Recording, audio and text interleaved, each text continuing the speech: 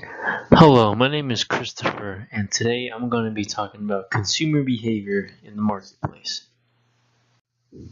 So, just a little backstory of what affects customer behavior, and there's four things that I learned from Business 130, from the slide and from the lessons that Professor Mertz has taught us. Is that there's four important things, and it's culture, social, personal, and psychological effects that can possibly change a customer's behavior when purchasing or planning to purchase an item.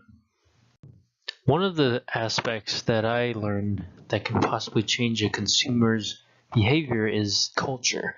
Now, depending on where the person comes from, each person has a preference in what they believe is, correct, morally correct, and that's something we learn in our community, as in, the people around us. Nothing that can affect that is our ethnicity, our religion, and our citizenship. And human geography is very important because it shows the demographics of where your consumer is located at. So hypothetically, let's say in the more snowy states, they would need to buy chains for the tires, snow chains. Whereas in California, we don't really have that, so the demand for that would definitely be almost to none, like a lot lesser than it would be in the states that would need the snow chains. And that is something that I believe that human geography has a heavy impact on when it comes to customer behavior. The other thing is the social aspect, and that can include the members of our family, our status, our roles, as in the hierarchy of where we stand in society. Also, our social groups, like our career and our standing as well, and that can also be influenced by social media such as Facebook, Instagram, and as long as you're belonging in a certain social class, you would most likely have a different interest in purchasing something.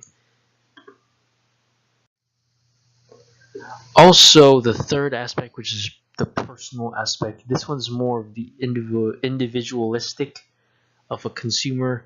So this is really the core, in my opinion, the most important parts. What really makes you want to buy the item and what you need, what you find interesting, and what you think is something that you like.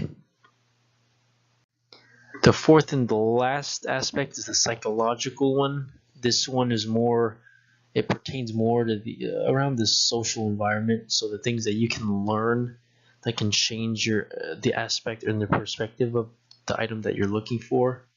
Because certain people might have different idea about a product. Let's say hypothetically, cigarettes. Personally, for me, I think that of course it profits, but morally, I don't think it's correct to sell cigarettes just because it causes, you know, plenty of deaths in America. But another person who consumes cigarettes might use that as a means of relief and comfort.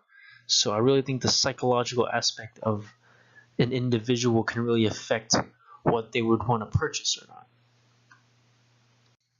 So for the part of understanding the process of buying, I'm going to use an example of Tesla. Now, Tesla is at this point one of the most well-known companies in the world. They produce electric cars. So the process of buying a Tesla would be the first part would be the recognition. How would you know that? In my opinion, the advertisements on TVs, it gets out to the community very well.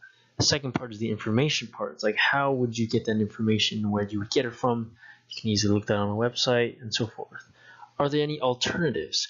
There are alternatives, but Tesla is one of the most high-tech companies out there, serving such a fantastic car. And even though there's only a limited amount, it's still top of the line.